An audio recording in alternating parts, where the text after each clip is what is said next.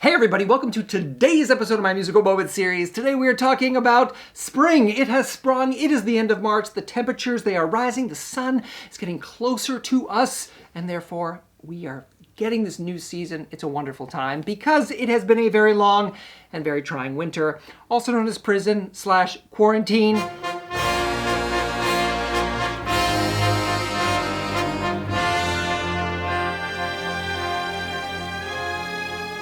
Signs that not only is winter gone, but also maybe the worst of quarantine. Movie theaters are opening in LA, restaurants are opening in LA, so I figure that bodes well for the rest of us because LA had it pretty bad. So I figure things are opening here. Hopefully wherever you are, things are also slowly beginning that process of opening. So we are looking at wonderful music that is about spring, that is about renewal, that is about starting things up again, the cycle of life, etc. And there's a lot of it. So let's get started.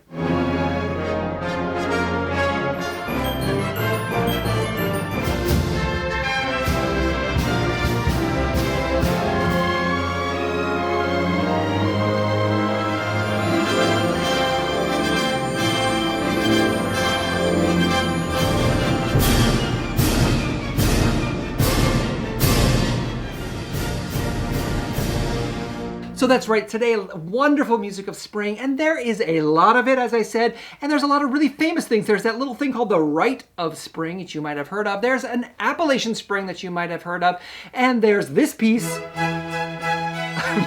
That's right, music of Vivaldi, of course, from his seasons. So those are things that everybody knows, and yes, I usually do start with the low-hanging fruit in these videos, of course, but today I thought, maybe not the low-hanging fruit. Maybe we'll get a little ladder. Maybe we're going to go deep into that tree and see if we go beyond those sort of obvious pieces. What if we go just a little bit off the beaten track, maybe to some pieces that you haven't heard of that you can help put together to get a really nice spring collection or a spring playlist of music that is really rich, warm, this sweeping orchestral sound of renewal that kind of goes along with spring. Now, the piece that you're hearing right now is actually music of Respighi. You know music of Respighi already because you know Pines of Rome, of course. You might know Fountains of Rome, two really, really famous pieces. It's actually a third in that set called Roman Festivals or Festa Romana. You're less likely to have heard that, but it's a wonderful piece. We're hoping to do it in Michigan this year, so hopefully that happens.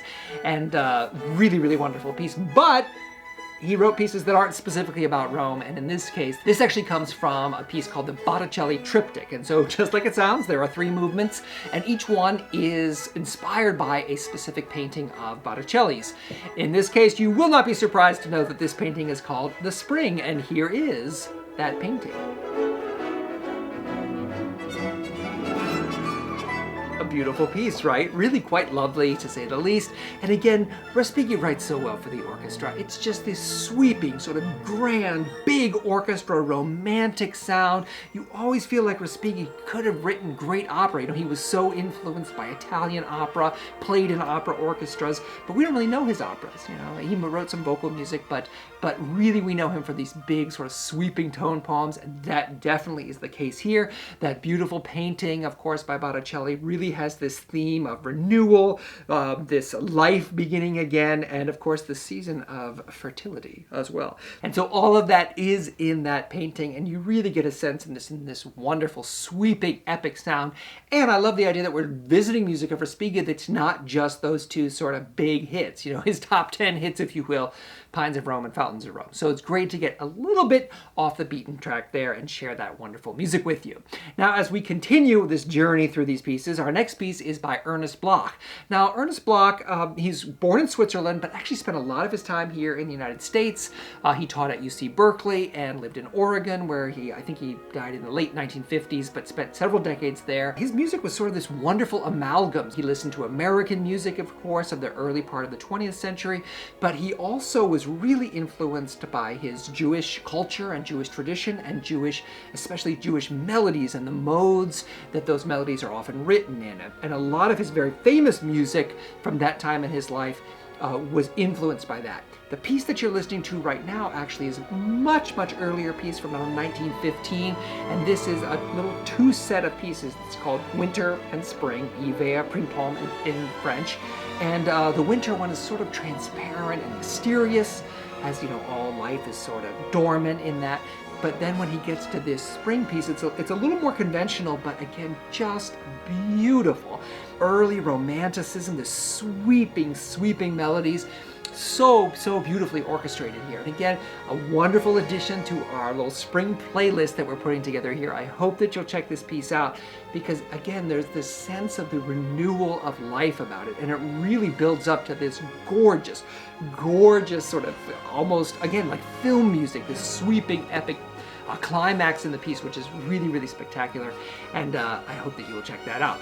As always, the links for these things are over here, so you can click over there and go over to any of those links. I'll obviously put them in the description below as well. So at the end, if you want to go and listen to any of these things, you can find the YouTube links that will take you to listen to all these things when you get to the end of the video today. Now, our next piece is by Frederick Delius. And I know what you're thinking. You're like, wait, Delius, I know the piece that you're going to talk about because he has a very famous one called On Hearing the First Cuckoo of today's theme, spring, On Hearing the First Cuckoo of Spring. But, as I said earlier, we're trying to go a little bit beyond the sort of obvious choices, and Delius has another piece about spring. So Delius, although he lived in Europe, he came over to the United States during the 20th century. His family, they wanted to keep him in the family business, so they sent him to Florida where they owned an orange plantation, and he was supposed to run that and get so enamored by business that he wouldn't want to pursue this crazy idea of being a musician. As you might imagine, that didn't take. It never really seems to take, right? So, but he kept writing and composing, so he went back to Europe and basically became a composer. But he was really influenced by all the music that he heard here. He was influenced by folk music, by American music, by jazz, and lots of other African-American influences that he heard when he was visiting Florida. And so all of this informed his music. And he has a piece called the Florida Sketches, actually inspired by that time. And then another piece of a collection called the North Country Sketches. And the last movement of that is called the March of Spring. And you're hearing a little bit of that right now. It's divided into 3 different sections: woodlands, meadows, and silent moors. So you imagine spring coming to these 3 different types of nature settings, and it's just a beautiful, beautiful piece. Something that if you are a fan of Delius and you've heard some of his music, you might say, oh, I haven't heard of this piece. It's not the most famous thing that he wrote, but again, makes a wonderful addition to our spring playlist, celebrating the season with this gorgeous, sort of sweeping, beautiful, beautiful spring music. Now we continue with another composer who wrote a set of pieces called The Seasons. Now, I mentioned Vivaldi already earlier, so we know that, but other composers have written a series of pieces called The Seasons. Piazzolla, he wrote one. We have Tchaikovsky, who wrote a series of piano pieces, of piano shorts called The Seasons, and another Russian composer, Alexander Glazunoff. Now, Glazunoff, I feel like he's a composer whose music maybe we're not familiar with right away. He had some successful symphonies, and he taught a lot of other composers of the time, but Shostakovich and among others. But his students, they enjoyed his music, but they did feel like he was a little bit old-fashioned. Glazunoff is probably best known for having conducted the disastrous premiere of Rachmaninoff's First Symphony. And it is said that Glazunoff was inebriated at the time, and that influenced it, the poor performance, but also that there just wasn't enough rehearsals, people didn't know their parts, etc.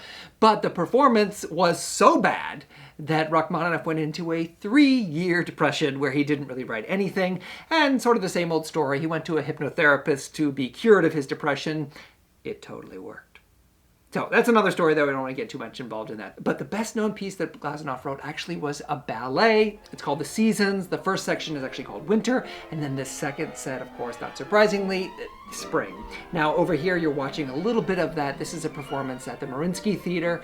Just a stunning, stunning production. Definitely the link will be over there so you can see this. Again, it's in HD and you really get a sense not only of the incredible dancing, the incredible sets, and just the colors of it. It looks so stunning and really, really magnificent presentation of the music as well. So you can see this really, really great production. It's been so fun to kind of spend some time with this great, great performance, and again, so beautifully captured and beautifully filmed.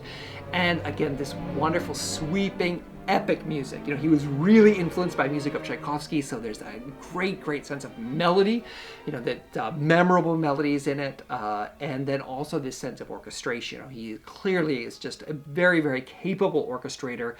and composer. So there's a lot of talent there. So I'm glad to be able to share some music of Glazunoff because again, it's not something that you hear enough, I think, and really, really wonderful music. Now there are just two things left that I'm going to recommend, and the first one of these, this is by Carl Goldmark.